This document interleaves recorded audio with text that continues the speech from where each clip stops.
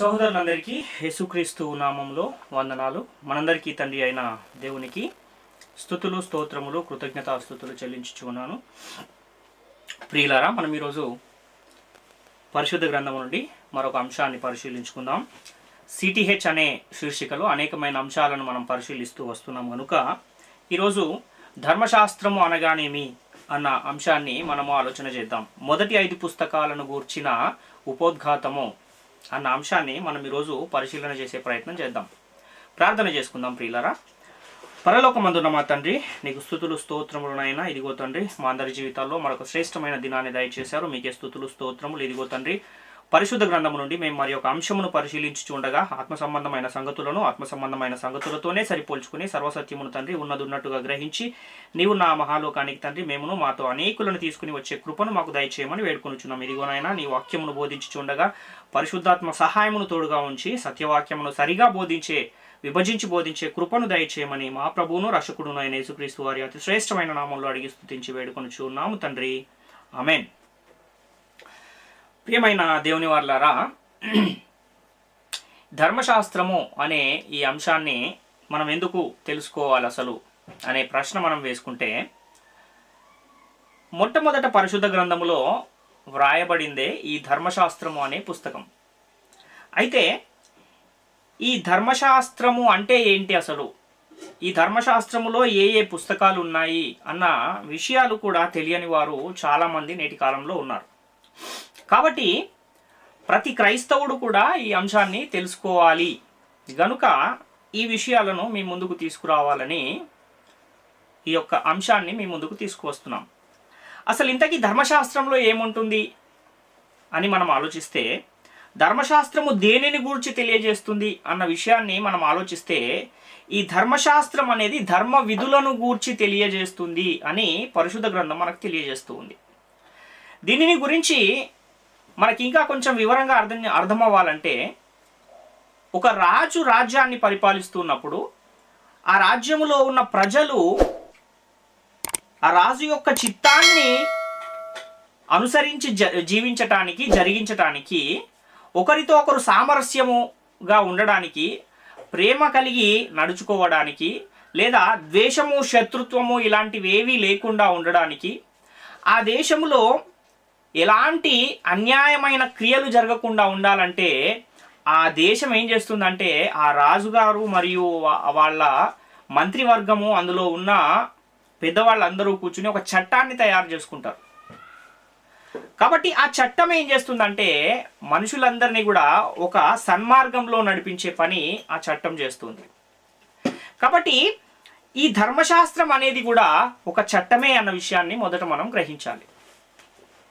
అంటే ఒక రాజు తన దేశ పౌరసత్వం గల ప్రజలు అనుసరించడానికి ఎలాగైతే ఒక చట్టాన్ని ఏర్పరచుకుంటాడో, అదేవిధంగా దేవుడు కూడా తన ప్రజలైన ఇశ్రాయేలీయులు నడుచుకోవడానికి, తన సన్నిధిలో పరిశుద్ధులుగా నిర్దోషులుగా నడుచుకోవడానికి ఏం చేశాడంటే ఆయన ఒక చట్టాన్ని తయారు చేశాడు. ఆ చట్టమే ధర్మశాస్త్రము అన్న విషయము మనం గ్రహించాలి. ఈ తయారు చేసిన ఈ చట్టాన్ని దేవుడు ఎవరికి ఇచ్చాడు అంటే ఇశ్రాయేలీయులకు ఇచ్చాడు. ఎందుకంటే భూమి మీద మొట్టమొదట దేవుని ఆజ్ఞలను అనుసరించి జీవించిన వారు ఎవరైనా ఉన్నారా అంటే వాళ్ళు కేవలం ఇశ్రాయేలీయులు మాత్రమే అన్న విషయం కూడా పరిశుద్ధ గ్రంథము తెలియజేస్తుంది. అందుకనే ఈ విధులను, చట్టాలను, ఆజ్ఞలను కలిగిన ఒక పుస్తకాన్ని ఏమని పిలుస్తారంటే ధర్మశాస్త్రము అని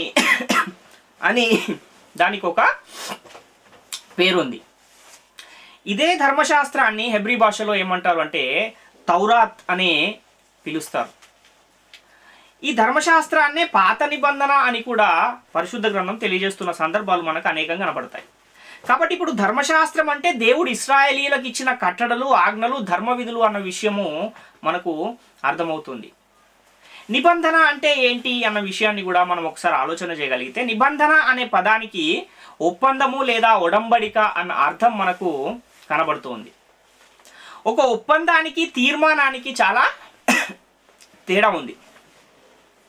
ఒప్పందం అని దేన్ని అంటారంటే ఇద్దరు లేక అంతకంటే ఎక్కువ మందికి మధ్య జరిగిన, లేక రెండు సమాజాలు లేక రెండు సమూహాల మధ్య జరిగిన ఒక ఏకాభిప్రాయాన్నే ఒప్పందము లేదా ఉడంబడిక లేదా నిబంధన అని పిలుస్తారు. ఒక నిబంధన జరగాలంటే తప్పనిసరిగా మినిమం ఇద్దరు మనుషులు ఉండాలి. ఇద్దరికన్నా ఎక్కువ ఉన్న వారి మధ్యన జరిగే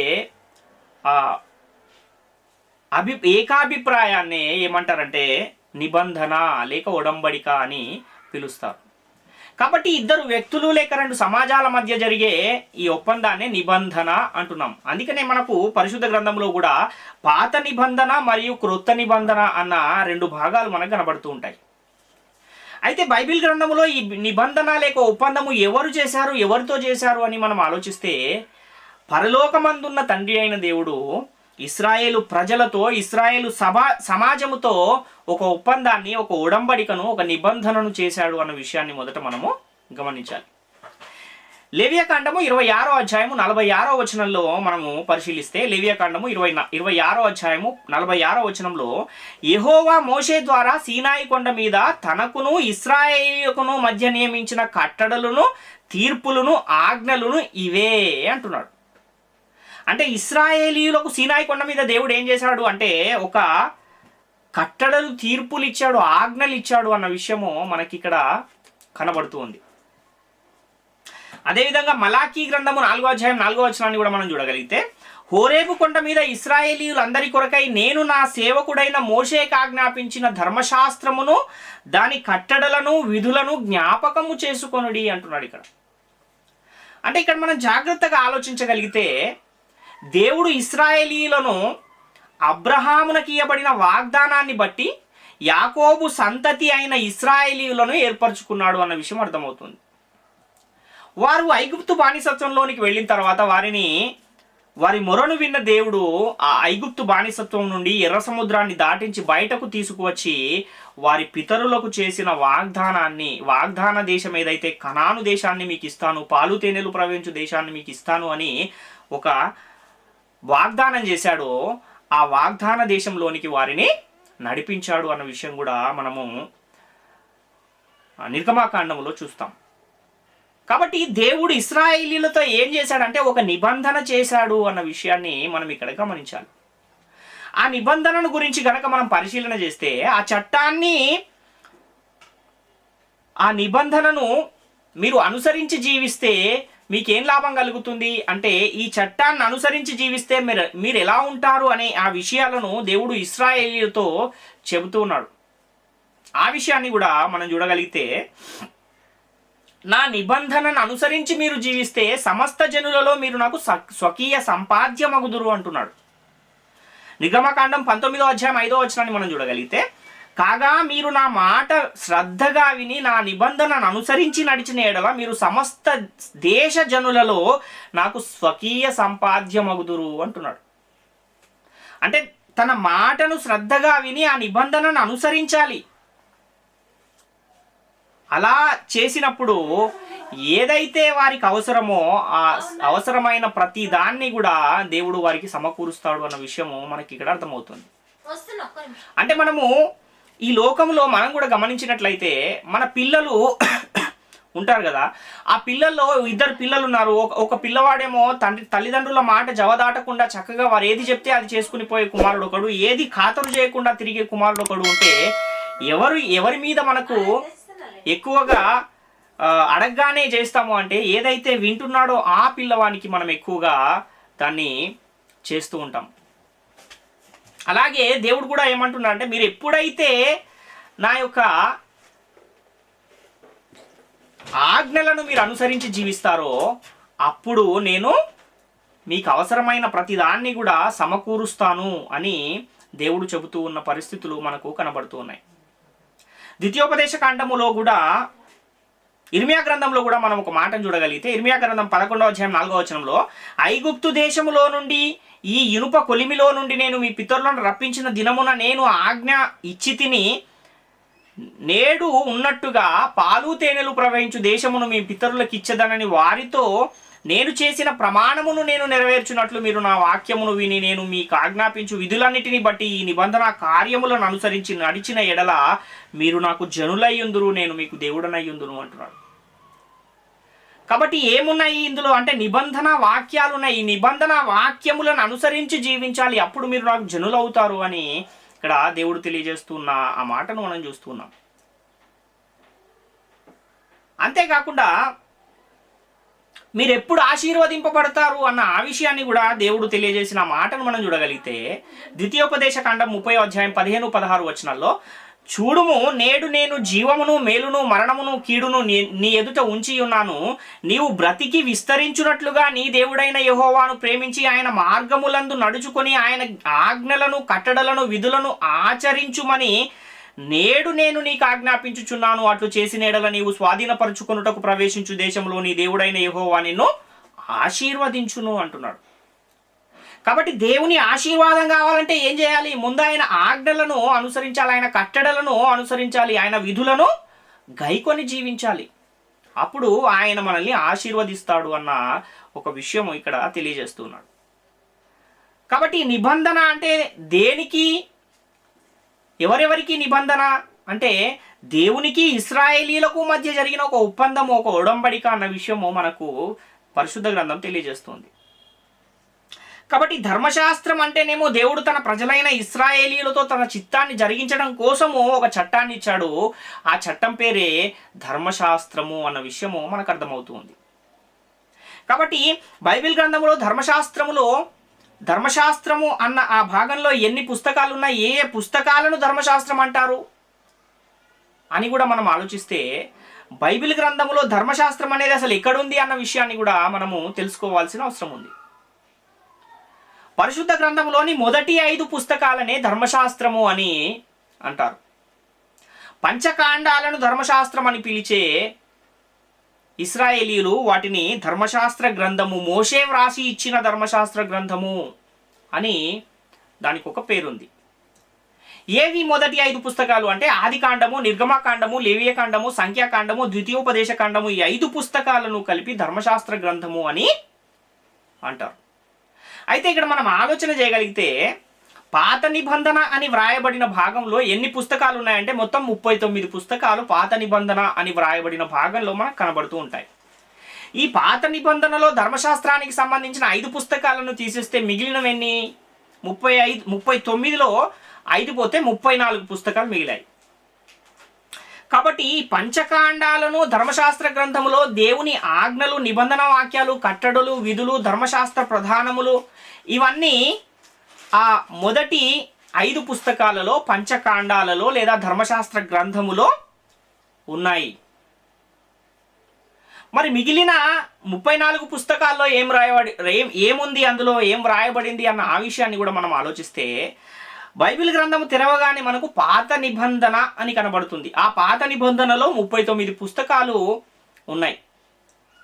ఆ పుస్తకాలలో ధర్మశాస్త్రానికి సంబంధించిన మొదటి 5 పుస్తకాలను తీసేస్తే మిగిలిన పుస్తకాల్లో ఏం రాయబడింది 34 పుస్తకాల్లో అంటే ధర్మశాస్త్ర చట్టాన్ని అనుసరించి జీవించిన ప్రజల జీవిత చరిత్ర మనకు ఆ మిగిలిన పుస్తకాలలో కనబడుతుంది అన్న విషయాన్ని మొదట మనము గ్రహించాలి. అంటే ఈ మిగిలిన 34 పుస్తకాలలో ఏమున్నాయంటే చరిత్ర పుస్తకాలు కొన్ని ఉన్నాయి, అలాగే పద్యభాగాలు కొన్ని ఉన్నాయి, అలాగే ప్రవక్తల గ్రంథాలు కొన్ని ఉన్నాయి. వీటన్నిటినీ కలిపి పాత నిబంధన అన్న పేరు మనకు బైబిల్ గ్రంథములో మొదటి పేజీ తీయగానే కనబడుతుంది.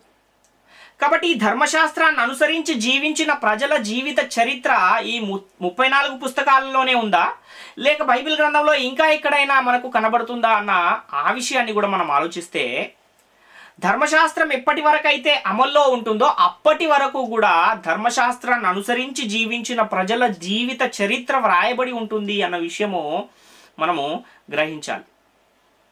అయితే ఈ ధర్మశాస్త్రం ఎప్పటి వరకు అమల్లో ఉంది అంటే మనకు పరిశుద్ధ గ్రంథములో మీకును మాకును ఉండిన ద్వేషమును విధిరూపకమైన ఆజ్ఞలు గల ధర్మశాస్త్రమును కొట్టివేయుట చేత మధ్యగోడను పడగొట్టి మన ఉభయులను ఏకము చేసెను అని మనకు ఎఫెసీ పత్రిక 3వ అధ్యాయంలో 13 నుంచి 15 వచనాల్లో కనబడుతుంది. అంటే ఈ ధర్మశాస్త్రం అనేది ఎప్పటి వరకు ఉంది అనంటే అది యేసుక్రీస్తు వచ్చి శిలువలో చనిపోయేంత వరకు కూడా ఆ ధర్మశాస్త్రం అనేది అమల్లో ఉంది అన్న విషయాన్ని మనం గమనించాలి. అంటే యేసుక్రీస్తు ఏం చేశాడు అంటే మీకును మాకును అంటే ఇశ్రాయేలీలకును అన్యజనులకును మధ్య అడ్డుగోడ అయిన ధర్మశాస్త్రాన్ని ఏం చేశాడు, కొట్టివేశాడు అన్న విషయము మనకు చాలా స్పష్టంగా పరిశుద్ధ గ్రంథం తెలియజేస్తుంది.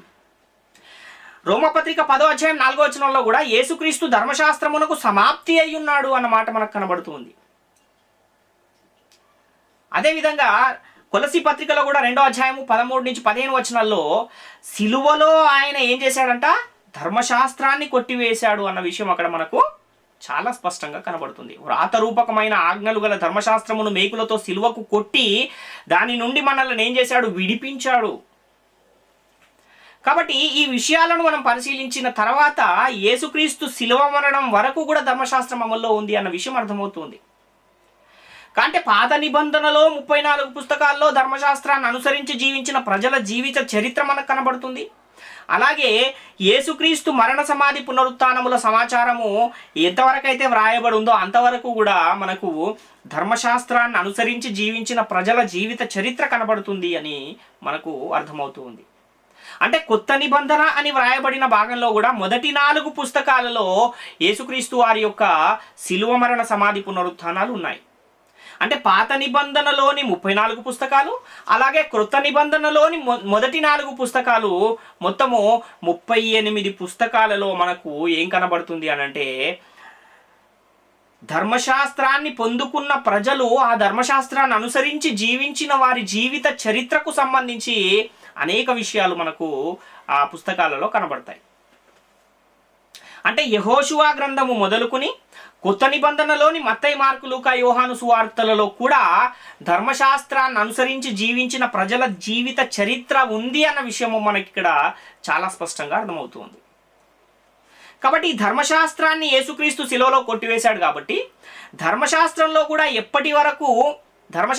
ఎప్పటి వరకు అమల్లో ఉందంటే క్రొత్త నిబంధనలోని మొదటి 4 పుస్తకాల చివరి అధ్యాయాల వరకు కూడా ధర్మశాస్త్రం అనేది అమల్లో ఉంది. కనుక కొత్త నిబంధన అని వ్రాయబడిన భాగంలోని మొదటి 4 పుస్తకాల వరకు కూడా ఉన్నదేంటి అని మనం ఆలోచిస్తే ధర్మశాస్త్ర చట్టాలను అనుసరించి జీవించిన ప్రజల జీవిత చరిత్ర మనకు ఆ కొత్త నిబంధన అని వ్రాయబడిన భాగంలోని మొదటి 4 పుస్తకాలలో కూడా ఉంది అన్న విషయం అర్థమవుతుంది. కాబట్టి ఈ పాత నిబంధనలోని 34 పుస్తకాలు మరియు క్రొత్త నిబంధనలోని 4 పుస్తకాలు, ఈ 38 పుస్తకాలు కూడా ఏ విషయాన్ని తెలియజేస్తూ ఉన్నాయంటే ధర్మశాస్త్రాన్ని అనుసరించి జీవించిన ప్రజల జీవిత చరిత్రను తెలియజేస్తున్నాయి. అదేవిధంగా పాత నిబంధనలోని మొదటి 5 పుస్తకాలేమో ధర్మశాస్త్ర గ్రంథాలు అన్న విషయము మనకు అర్థమవుతుంది. అయితే ఇక్కడ కొంతమందికి ఒక సందేహము వచ్చే అవకాశం ఉంది.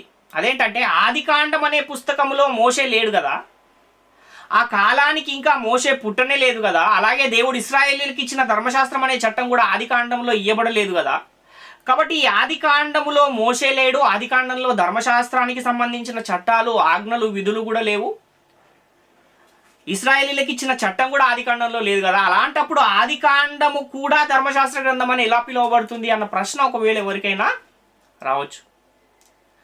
అంటే మోషేయే లేని ఆదికాండము, ధర్మశాస్త్రం అనే చట్టమే లేని ఆదికాండము ధర్మశాస్త్రంగా ఎలా పిలువబడుతుంది అన్న ప్రశ్న ఒకవేళ ఎవరికైనా తలెత్తితే దానికి సమాధానాన్ని కూడా మనము ఆలోచన చేయగలిగితే ఇక్కడ మనం అర్థం చేసుకోవాలన్న విషయం ఏంటంటే ధర్మశాస్త్ర గ్రంథముగా నేడు పిలువబడుతున్న ఈ 5 పుస్తకాలు మొదట్లో హెబ్రీ భాషలో ఒకే పుస్తకముగా ఉండేది అన్న విషయాన్ని మనం గమనించాలి. అంటే ఆదికాండము, నిర్గమకాండము, లేవియకాండము, సంఖ్యాకాండము, ద్వితీయోపదేశ కాండము అన్న ఈ పేర్లు తర్వాత పెట్టబడ్డాయి. మొదట అది ఒక ధర్మశాస్త్ర గ్రంథము అన్న ఒకే పుస్తకంగా అది పిలువబడేది, అది కూడా హెబ్రీ భాషలో వ్రాయబడి ఉండేది అన్న విషయాన్ని మనం గమనించాలి. అయితే ఈ క్రీస్తు పూర్వం 3వ శతాబ్దంలో ఐగుప్తు దేశంలోని అలెగ్జాండ్రియా పట్టణంలో గ్రీకుల పాలన అనేది సాగుతూ ఉన్న ఆ సమయంలో టాలమీ ఫిలదెల్ఫియా అనే ఒక రాజు హెబ్రీ భాషలో ఉన్న ఈ ధర్మశాస్త్ర గ్రంథాన్ని గ్రీకు భాషలోనికి తర్జుమా చేయించాలనుకున్నాడు. ఎందుకని తర్జుమా చేయించాలనుకున్నాడంటే ఆయన పుస్తకాలను చదవటంలో కొంచెం ఆసక్తి కలిగిన వాడు కనుక అలెగ్జాండ్రియా అనే పట్టణంలో ఒక గ్రంథాలయాన్ని స్థాపించాడు. అందులో సుమారుగా ఒక 2 లక్షల పుస్తకాలు ఉండేవి అని చరిత్రకారులు చెబుతూ ఉంటారు. కాబట్టి ఈ టాలమీ ఫిలదెల్ఫియా అనే ఈ రాజు ఏం చేశాడంటే ఈ వీళ్ళ గ్రంథాన్ని చదివి ఇందులో ఏముందో తెలుసుకోవాలన్న కోరిక కలిగి ఒక 70 మంది ఇస్రాయేలీయులలో ఉన్న పండితులను ఏం చేశాడంటే ఇస్రాయేలు నుండి అలెగ్జాండ్రియా పట్టణానికి పిలిపించాడు. ఆ పిలిపించినప్పుడు వాళ్ళు వచ్చి ఆ 70 మంది కూడా ఏం చేశారంటే హెబ్రీ భాషలో ఉన్న ఆ ధర్మశాస్త్ర గ్రంథాన్ని గ్రీకు భాషలోనికి వాటిని తర్జుమా చేశారు అన్న విషయాన్ని మనం గమనించాలి. ఇది ఎప్పుడు జరిగింది అంటే క్రీస్తు పూర్వము 3వ శతాబ్దంలో జరిగిన సంగతి. కాబట్టి ఆ 70 మంది పండితులు హెబ్రీ భాషలో ఉన్న ఆ ధర్మశాస్త్ర గ్రంథాన్ని లేదా తౌరా అనే ఆ గ్రంథాన్ని గ్రీకు భాషలోనికి తర్జుమా చేశారు. ఈ తర్జుమా చేసే సమయంలో ఏం చేశారు వాళ్ళు అంటే ఈ 5 పుస్తకాలుగా ఉన్నాయి కదా, వీటిని చదివేవారు సులభంగా అర్థం చేసుకోవాలంటే ఇలా వీటిని ఉన్నట్టుగా తర్జుమా చేస్తే అర్థం కావడానికి కొంచెం కష్టంగా ఉంటుంది. కాబట్టి వీటిని పుస్తకాలుగా విడగొట్టి రాద్దామన్న ఒక ఆలోచనతో 5 భాగాలుగా దీన్ని విడగొట్టి 5 పేర్లు ఈ పుస్తకాలకు పెట్టారు అన్న విషయాన్ని మనం గమనించాలి. ఈ 70 మంది దీన్ని రాశారు కనుక దీనికి సెప్టావజెంట్ అనే పేరు కూడా ఉంది. సెప్టావజెంట్ అంటే 70 అన్న అర్థం వస్తుంది. గ్రీకు సంఖ్యలో సెప్టావజెంట్ అంటే 70 అనే అర్థం ఉంది కనుక దాన్ని 70 మంది రాశారు కనుక సెప్టావజెంట్ అని కూడా దానికి ఒక పేరుంది. అంటే ధర్మశాస్త్రం అన్న పేరుంది, తౌరా అన్న పేరుంది, సెప్టావజెంట్ అన్న పేరు కూడా ఉంది ఈ మొదటి 5 పుస్తకాలకు. కాబట్టి ఈ 5 పేర్లను కూడా సందర్భానుసారంగా మొదటి పుస్తకంలో జరిగిన సంగతులన్నీ కూడా ఆదిలో సంభవించాయి కనుక ఆదిలో జరిగాయి కనుక ఆ ఆదిలో జరిగిన సంగతులను దేవుడు చేసిన సృష్టిని ఆ తర్వాత జనుల విస్తరణకు సంబంధించిన విషయాలన్నిటినీ ఒక చోట తీసుకొచ్చి దానికి ఆదికాండము అన్న పేరును పెట్టారు.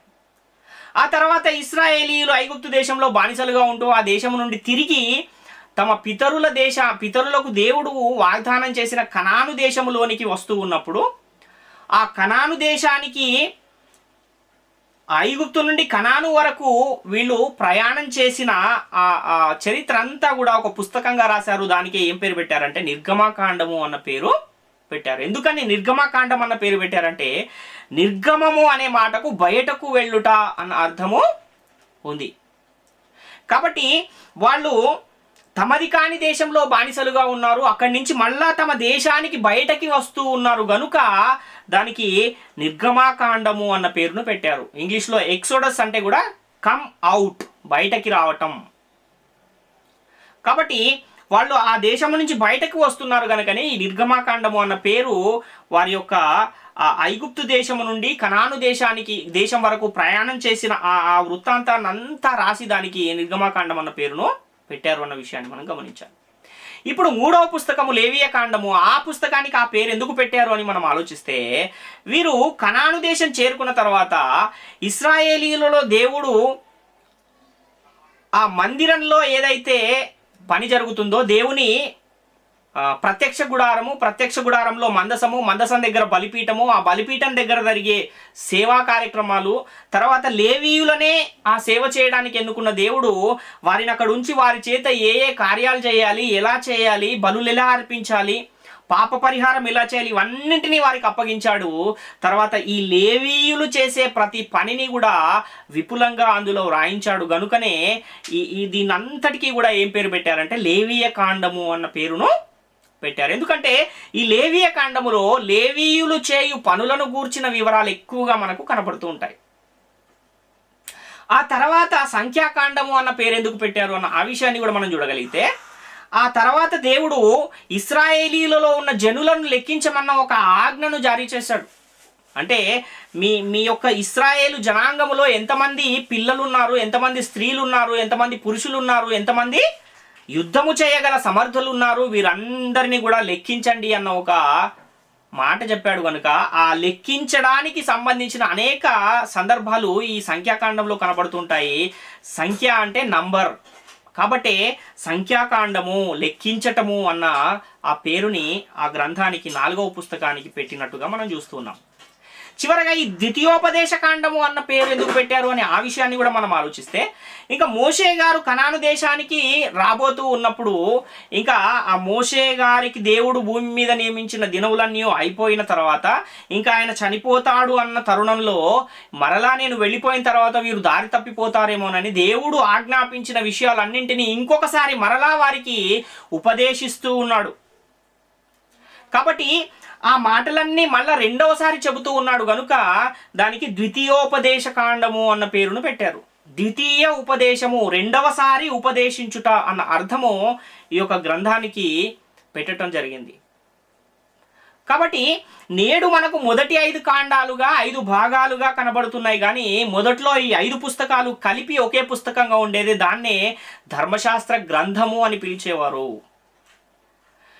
దేవుని చేత రాజుగా నియమింపబడిన ప్రతి రాజు దగ్గర కూడా ఈ ధర్మశాస్త్రపు ప్రతి ఒక్కటి ఉండేది, ఎందుకంటే అదే వాళ్ళ చట్టము గనుక. నిర్గమకాండము 24వ అధ్యాయము 12వ వచనాన్ని మనం చూడగలిగితే, అప్పుడు యెహోవా మోషేతో ఇట్లనెను, నీవు కొండ ఎక్కి నా యొద్దకు వచ్చి అచ్చట నుండుము, నీవు వారికి బోధించున్నట్లు నేను రాసిన ఆజ్ఞలను, ధర్మశాస్త్రమును, రాతి పలకలను నీకు ఇచ్చేదనగా అంటున్నాడు. ద్వితీయోపదేశ కాండము 1వ అధ్యాయం 5వ వచనాన్ని కూడా మనం చూస్తే, యోర్ధాను యువతలనున్న మోయాబు దేశమున మోషే ఈ ధర్మశాస్త్రమును ప్రకటింప మొదలుపెట్టి ఇట్లా నేను అంటున్నాడు. అదేవిధంగా ద్వితీయోపదేశ కాండం 4వ అధ్యాయం 44వ వచనంలో కూడా మోషే ఇశ్రాయేలీయులకు ఇచ్చిన ధర్మశాస్త్రము ఇది అంటున్నాడు. అంటే తర్వాత వస్తూ ఉంటే ఆది కాండములో నిర్గమాకాండములో మోషే ఇచ్చిన ఆజ్ఞలు అన్న మాట ఇక్కడ మనకు కనబడదు. ద్వితీయోపదేశ కాండంలో మోషే ఇచ్చిన ఆజ్ఞలను ఎక్కడ కనబడ, ఎందుకంటే ముందు అది ఎలా ఉందంటే ధర్మశాస్త్ర గ్రంథముగానే ఉంది కనుక ధర్మశాస్త్ర గ్రంథములో వ్రాయబడిన నిబంధనలు, ధర్మశాస్త్ర గ్రంథము, దేవుడు ఇశ్రాయేలీయులకు ఇచ్చిన ధర్మశాస్త్రము అన్న ఈ మాటలే ఎక్కువగా మనకు కనబడుతూ ఉంటాయి. ద్వితీయోపదేశ కాండం 31వ అధ్యాయం 9వ వచనాన్ని కూడా చూస్తే, మోషే ఈ ధర్మశాస్త్రమును వ్రాసి యెహోవా నిబంధన మందసమును మోయి యాజకులైన లేవీయులకును ఇశ్రాయేలీయుల పెద్దలందరికీ దానిని అప్పగించను అని ఇక్కడ చూస్తున్నాం. అంటే వారు నడుచుకొనుటకు అదేంటి అనంటే ఒక చట్టము, కట్టడలు, విధులు, ఆజ్ఞలు. ఏం చేస్తాయి ఇవన్నీ అంటే వారిని ఒక క్రమ పద్ధతిలో దేవుని మార్గంలో నడిపిస్తూ ఉంటాయి. కనుకనే చట్టంగా దేవుడు వారికి ఇచ్చిన సందర్భాలు మనకు కనబడుతూ ఉన్నాయి. యెహోషువ గ్రంథం 8వ అధ్యాయం 32వ వచనాన్ని కూడా మనం చూస్తే, మోషే ఇశ్రాయేలీయులకు వ్రాసి ఇచ్చిన ధర్మశాస్త్ర గ్రంథమును ఒక ప్రతిని అతడు అక్కడ ఆ రాళ్ల మీద వ్రాయించెను అంటున్నాడు. అంటే దేవుడు తెలియజేస్తూ ఉన్నప్పుడు ఇశ్రాయేలీయులకు ఎవరు రాసి ఇచ్చారు, ఇదంటే ధర్మశాస్త్రాన్ని మోషే గారు రాసి ఇచ్చారు అన్న విషయము ఇక్కడ మనకు చాలా స్పష్టంగా కనబడుతుంది. కాబట్టి ఆది కాండము కూడా ధర్మశాస్త్ర గ్రంథాలలో ఎందుకు లెక్కించబడుతుంది అంటే తర్జుమా చేయకముందు అది ఒకే పుస్తకంగా ఉంది. ఆ సందర్భాలన్నీ కలిపి ఒక ధర్మశాస్త్ర గ్రంథంగా పిలువబడేది. ఈ పేర్లు అనేవి తర్వాత వీళ్ళు వాటిని చదివే వారికి సులభంగా అర్థం కావడానికి వాటిని విభజించి రాశారు తప్ప ముందు పేర్లు లేవు అన్న విషయాన్ని మొదట మనం గమనించాలి. అయితే మోషే వ్రాసింది ధర్మశాస్త్రం అయితే మరి కీర్తనల గ్రంథాన్ని కూడా ధర్మశాస్త్రం అని, అలాగే ప్రవక్తల గ్రంథాలలో కొన్నింటిని కూడా ధర్మశాస్త్రం అని బైబిల్ గ్రంథం ఎందుకు చెబుతుంది అనే ప్రశ్న కొంతమందికి, అంటే బైబిల్ గ్రంథాన్ని పరిశీలించే వారికి కొంతమందికి ఈ ప్రశ్న కూడా తలెత్తే అవకాశం ఉంది. అంటే యేసుక్రీస్తు మరియు అపోస్తలుల కాలం నాటికి వేటిని కూడా ధర్మశాస్త్రం అనే పిలిచే వాడుక ఉంది అన్న ఆ విషయాన్ని కూడా మనం చూడగలిగితే, యేసుక్రీస్తు మరియు అపోస్తలుల కాలం నాటికి కీర్తనల గ్రంథము, ప్రవక్తల గ్రంథాలను కూడా ధర్మశాస్త్రము అని చెప్పే ఒక ఆనవాయితీ వాడుక వాళ్లకు ఉంది అన్న విషయాన్ని మనం గమనించాలి. ఎందుకంటే కీర్తనల గ్రంథంలో వ్రాయబడిన సంగతులను కూడా ధర్మశాస్త్రంలో వ్రాయబడి ఉండలేదా అని యేసుక్రీస్తు వారే చెప్పిన సందర్భాలు మనకు కనబడతాయి కొన్ని. అలాగే ఇంకా కొన్ని చోట్ల ప్రవక్తల గ్రంథాలలో వ్రాయబడిన సంగతులను కూడా ధర్మశాస్త్రంలో వ్రాయబడిన సంగతులు అని చెప్పబడిన సందర్భాలు మనకు కనబడతాయి. వాటికి ఉదాహరణగా మనము యేసుక్రీస్తు వారు చెప్పిన ఒక మాటను చూడగలిగితే, యోహాను సువార్త 10వ అధ్యాయం 34వ వచనంలో, అందుకు యేసు, మీరు దైవములని నేనంటినని మీ ధర్మశాస్త్రములో వ్రాయబడి ఉండలేదా అని ఇక్కడ ఒక మాట మనకు కనబడుతుంది. అంటే మీరు దైవములని నేనంటిననే ఈ మాట ఎక్కడ వ్రాయబడి ఉందని యేసుక్రీస్తు వారు చెబుతున్నాడంటే ధర్మశాస్త్రంలో వ్రాయబడి ఉంది అని చెబుతున్నాడు. ఇంతకీ ఇది ఎక్కడుందో అన్న ఆ విషయాన్ని మనము చూడగలిగితే ఈ మాట మనకు కీర్తనల గ్రంథంలో కనబడుతుంది. కీర్తనల గ్రంథము 82వ అధ్యాయం 1వ వచనంలో దేవుని సమాజంలో దేవుడు నిలిచి ఉన్నాడు, దైవముల మధ్యను ఆయన తీర్పు తీర్చుచున్నాడు అంటున్నాడు. అలాగే 82వ అధ్యాయం 6వ వచనంలో కూడా కీర్తనల గ్రంథము మీరు దైవములనియు మీరందరూ సర్వోన్నతుని కుమారులనియు నేనే సెలవిచ్చి ఉన్నాను అని ఇక్కడ మనకు కనబడుతుంది. అంటే యేసుక్రీస్తు ధర్మశాస్త్రములో ఉంది కదా అని చెబుతున్న ఈ మాట మనకి ఎక్కడ కనబడుతుంది అంటే కీర్తనల గ్రంథములో కనబడుతుంది. కాబట్టి ఈ కీర్తనల గ్రంథాన్ని కూడా ధర్మశాస్త్రము అని చెప్పే వాడుక మనకు ఉంది అన్న విషయం అర్థమవుతూ ఉంది. అంటే యేసుక్రీస్తు వారు జీవించిన కాలంలో ఆ కాలానికి కీర్తనల గ్రంథాన్ని కూడా ధర్మశాస్త్రం అని పిలిచేవారు అన్న విషయం అర్థమవుతుంది.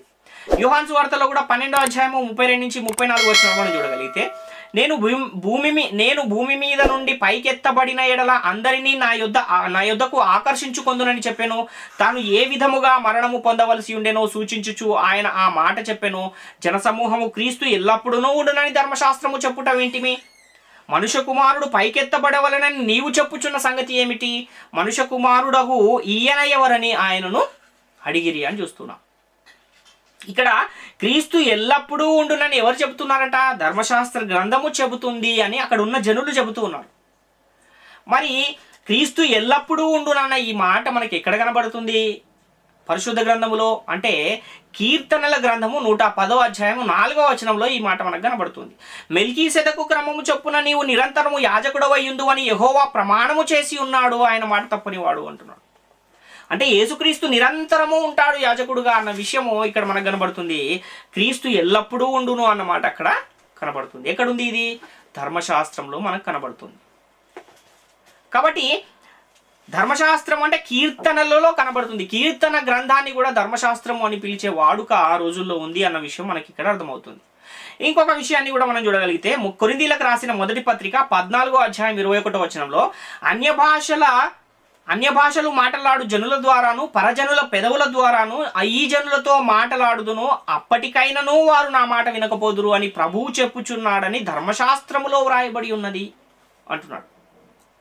ఈ మాట ఈ అన్య భాషలు మాట్లాడు జనుల ద్వారా పరజనుల పెదవుల ద్వారా ఈ జనులతో మాట్లాడుదును, ఎప్పటికైనాను వారు నా మాట వినకపోదురు అనే ఈ మాట ఎక్కడ వ్రాయబడి ఉందని ప్రభువు చెప్పుచున్నాడు అంటే ధర్మశాస్త్రంలో వ్రాయబడి ఉంది అంటున్నాడు. కానీ పాత నిబంధనలో ఈ మాట ఎక్కడ మనకు కనబడుతుంది అన్న ఆ విషయాన్ని మనం ఆలోచిస్తే యెషయా గ్రంథములో ఈ మాట వ్రాయబడి ఉన్నట్టుగా మనకు లేఖనాధారం కనబడుతుంది. యెషయా గ్రంథము 28వ అధ్యాయంలో 11-12 వచనాల్లో నిజమే, అలసిన వానికి నెమ్మది కలగజేయుడి, ఇదే నెమ్మది ఇదే విశ్రాంతి అని చెప్పినవాడు నత్తివారి పెదవుల చేతను అన్య భాషతో ఈ జనులతో మాట్లాడుచున్నాడు, అయినను వారు విననొల్లరైరి, కావున వారు వెళ్ళి వెనకకు చెవి యొగ్గి విరగబడి చిక్కుబడి పట్టుబడినట్లు అని ఇక్కడ చూస్తున్నాం. అంటే ఇక్కడ ఏ మాట అయితే పరజనుల పెదవుల ద్వారాను ఈ జనులతో మాట్లాడుదును అని ఉన్న ఈ మాట ఎక్కడ కనబడుతుందంటే యెషయా గ్రంథంలో మనకు కనబడుతుంది. ఇంకొక విషయాన్ని కూడా మనం చూడగలిగితే యోహాను సువార్త 15వ అధ్యాయంలో 25వ వచనంలో అయితే నన్ను నిర్హేతుకముగా ద్వేషించిరి అని వారి ధర్మశాస్త్రంలో వ్రాయబడిన వాక్యము నెరవేరునట్లు ఇది ఇలాగు జరిగెను అని యేసుక్రీస్తు వారు చెబుతున్నారు. యేసుక్రీస్తును ద్వేషిస్తారు అనే ఈ మాట ఎక్కడుంది అంటున్నాడు అంటే ధర్మశాస్త్రంలో ఉంది అంటున్నాడు. మరి ఎక్కడ మనకు పాత నిబంధనలో ఈ మాట కనబడుతుంది అని మనం చూస్తే కీర్తనల గ్రంథంలో 35వ అధ్యాయము 19వ వచనంలో ఈ మాట మనకు కనబడుతుంది. నిర్హేతుకముగా నాకు శత్రువులైన వారిని నన్ను గూర్చి సంతోషింపనీయకము, నిర్నిమిత్తముగా నన్ను ద్వేషించు వారిని కన్ను గీటనీయకము అంటున్నాడు ఇక్కడ. అదేవిధంగా కీర్తనల గ్రంథం 69వ అధ్యాయం 4వ వచనంలో కూడా నిర్నిమిత్తముగా నా మీద పగపట్టుదురు, నా తల వెంట్రుకల కంటే విస్తారముగా ఉన్నారు, అబద్ధమును బట్టి నాకు శత్రువులై నన్ను సంహరింపగోరు వారు అనేకులు, నేను దోచుకొనని దానిని నేను ఇచ్చుకొనవలసి వచ్చాను అని ఇక్కడ చూస్తున్నాం. అంటే ధర్మశాస్త్రంలో ఉందన్న ఆ మాట కీర్తనల గ్రంథంలో మనకు కనబడుతుంది. అంటే కీర్తనల గ్రంథాన్ని కూడా ధర్మశాస్త్రం అనే వాడుక మొదటి శతాబ్ద కాలంలో ఉంది అన్న విషయం మనకు కనబడుతూ ఉంది. కాబట్టి యేసుక్రీస్తు కాలానికి మరియు అపోస్తలుల కాలానికి ప్రవక్తల గ్రంథాలను కూడా ధర్మశాస్త్ర గ్రంథం అని పిలిచేవారు. అదేవిధంగా కీర్తనల గ్రంథాన్ని కూడా ధర్మశాస్త్రం అని పిలిచే వాడుక ఉంది అన్న విషయం మనకు కనబడుతుంది. కాబట్టి ధర్మశాస్త్రం అంటే ఏంటి అంటే ధర్మశాస్త్రం అనగా శాసనములు, ధర్మ విధులు, నిబంధన వాక్యములు ఉన్న గ్రంథమే ధర్మశాస్త్రము అన్న విషయము మనము ఇక్కడ చూస్తూ ఉన్నాం.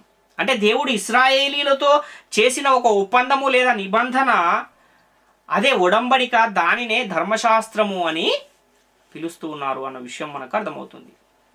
అలాగే పరిశుద్ధ గ్రంథంలోని మొదటి 5 పుస్తకాలను కూడా ధర్మశాస్త్ర గ్రంథం అని అంటారు. ఎందుకంటే అది అంతకు ముందు అది ఒకే పుస్తకంగా ధర్మశాస్త్ర గ్రంథము అని పిలువబడుతుంది.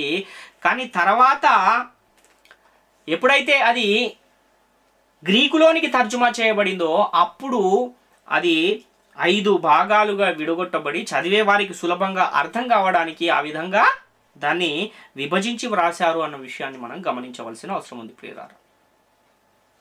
కాబట్టి ధర్మశాస్త్రం అంటే ఏమని మనకు అర్థమవుతుంది అంటే, ధర్మశాస్త్రము అంటే ధర్మ విధులు గల గ్రంథము, శాసనములు గల గ్రంథము, కట్టడలు గల గ్రంథము, ఆజ్ఞలు గల గ్రంథము. ఎవరిచ్చారు ఈ ఆజ్ఞలు, శాసనములు, విధులు, కట్టడలు అంటే దేవుడు ఇచ్చాడు. ఎవరికి ఇచ్చాడు? ఇశ్రాయేలీయులకు ఇచ్చాడు. ఇశ్రాయేలీయులు అనుసరించే చట్టము వారి యొక్క రాజ్యము, ఎవరైతే రాజుగా నియమింపబడతారో ఆ రాజు ఆ యొక్క ప్రతిని తన యుద్ధ పెట్టుకుని ఆ ధర్మశాస్త్ర గ్రంథం ప్రకారంగా ఆ ఇశ్రాయేలీయులను పరిపాలించిన అనేక సందర్భాలు మనకు పరిశుద్ధ గ్రంథంలో కనబడతాయి. కాబట్టి ప్రియులారా, ప్రాముఖ్యమైన ఈ విషయాలన్నీ కూడా ప్రతి ఒక్కరు గమనించి గ్రహించి దేవుని కృపకు పాత్రులుగా ఉండాలని మిమ్మల్ని అందరినీ వేడుకొని ఈ నా మాటలు ముగిస్తూ ఉన్నాను. అందరికీ వందనాలు.